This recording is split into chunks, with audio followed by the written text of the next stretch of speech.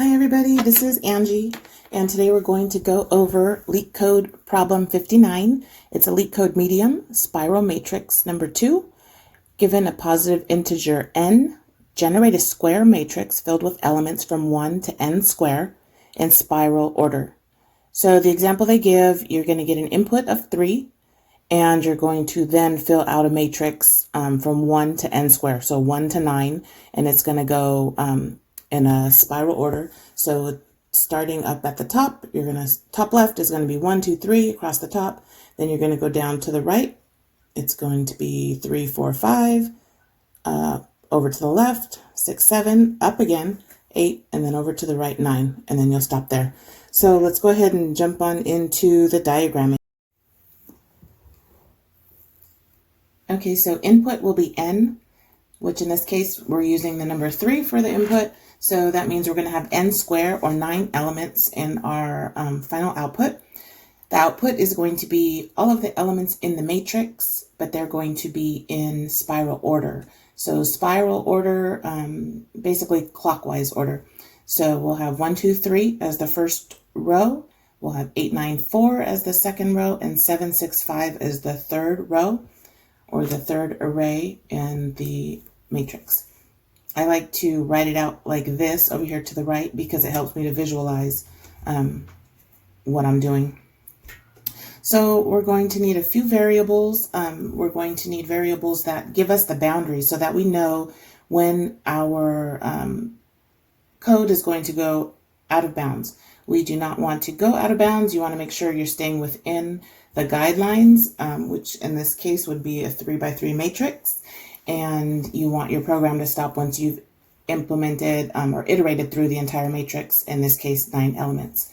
So we'll have as boundaries at the top and the left, those will be 0. And then with each pass, we're going to have to increment those boundaries. So at the top, we're going to start off with a boundary of 0. And then once we've made our first pass, we're going to want to increment 0 to 1 so that the next time when we're on our way back up through the matrix, we don't go all the way to the top row. We want to stop shy of that top row since we will have already filled that in. And then the same with the left-hand boundary. We're going to start off with it being 0, and then once we've made our first pass or initial pass through left, we are going to increment it so that it is going to stop us at that boundary of 1. So we'll start off with 0 for the top, 0 for the left. The right-hand side, we're going to start off at n minus 1. That will be the length of the first array, minus 1. So the top row is 3 minus 1, it'll give us 2. So we're going to stop automatically at that boundary.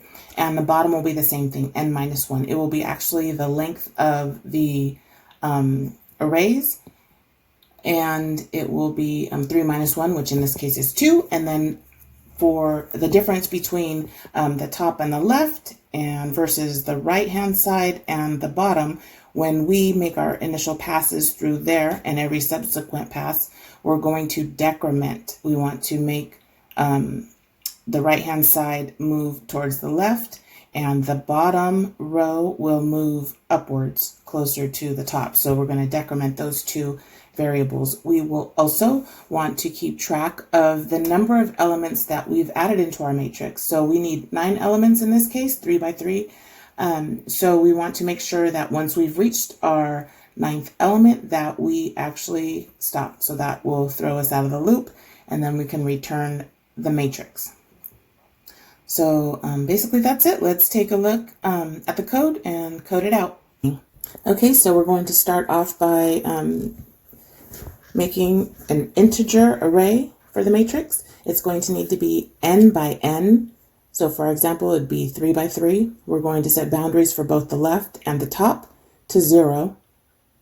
We're going to set the right boundary to n minus 1 in size, and the bottom boundary will be n minus 1 as well, so we know when we're going out of bounds. We'll set the starting number to 1, and then we're going to iterate through generating elements as long as the number does not exceed the n by n number. So as long as our number is less or equal to 9 in this case.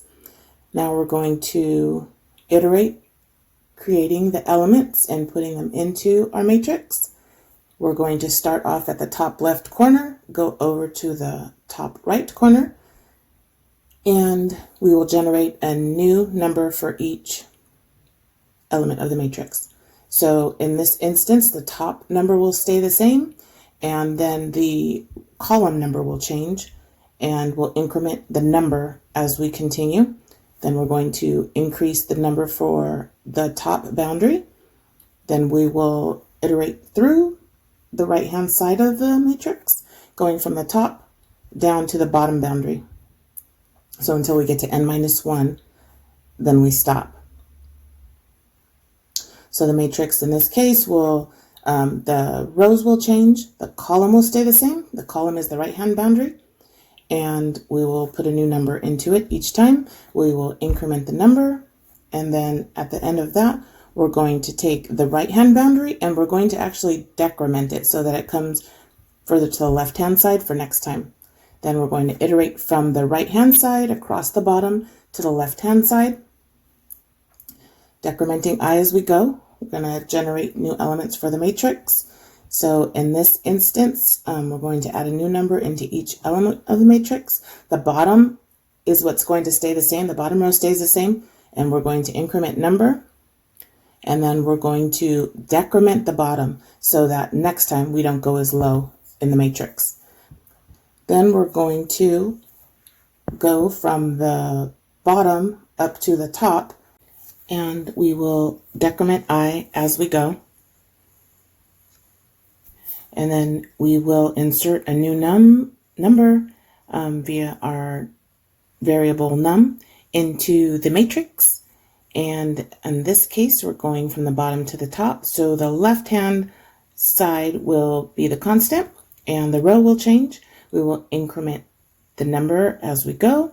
And again, so that we keep track of our boundaries, we're going to increment the left-hand side. And then at the very end, we will return the matrix.